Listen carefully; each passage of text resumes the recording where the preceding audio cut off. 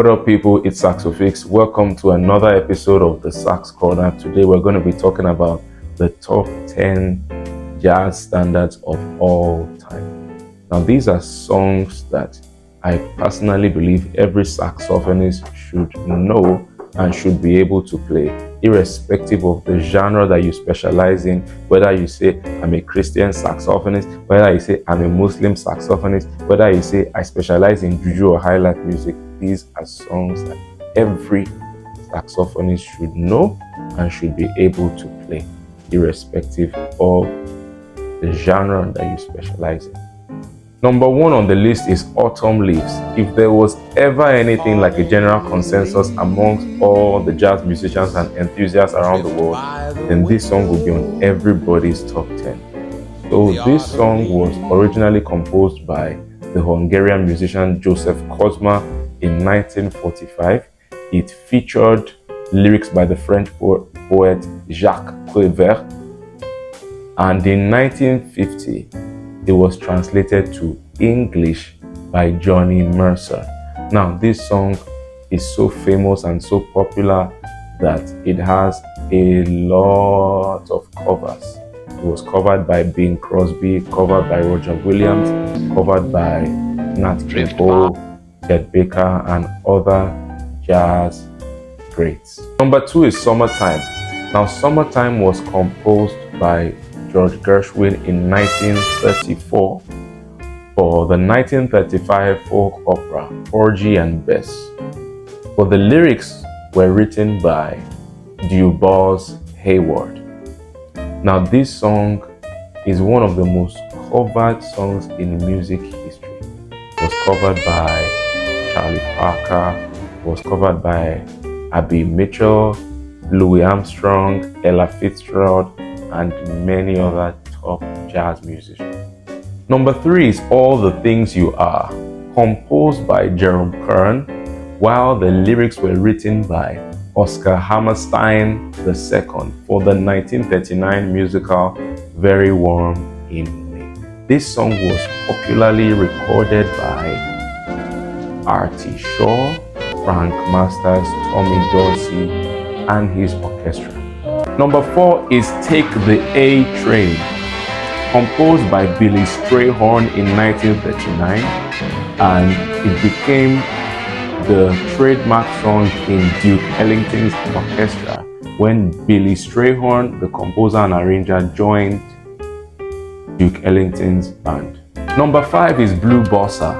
Now, the most interesting thing about this song is that the most well-known recording is by Dexter Gordon, but he's not the composer of the song. The original composer of this song is trumpet player Kenny Dorham, and even the first recording of this song was by saxophonist Joe Henderson in 1963. Now, it's a 16-bar song combining hard bop with bossa nova, serving as a bridge between Latin music and jazz.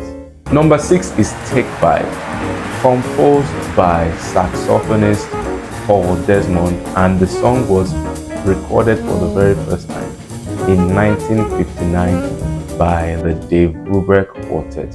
Now, the song was birthed when the quartet drummer Joe Morello challenged Paul Desmond to compose a song in the time signature of 5/4. Now, Take 5 is easily one of the most recognizable songs by jazz and non-jazz enthusiasts alike. Number seven is Giant Steps, an original composition by arguably the greatest tenor saxophonist of all time, John Coltrane. Now, Giant Steps is both a song and an album, recorded in 1959 and released in 1960. Now, Vox has described Giant Steps as the most feared song in jazz and one of the most difficult chord progressions to improvise over in the jazz repertoire. Number eight is So What by legendary trumpet player Miles Davis, off his 1959 album Kind of Blue. Now, as a huge Miles Davis fan myself, this is actually my best Miles Davis song of all time.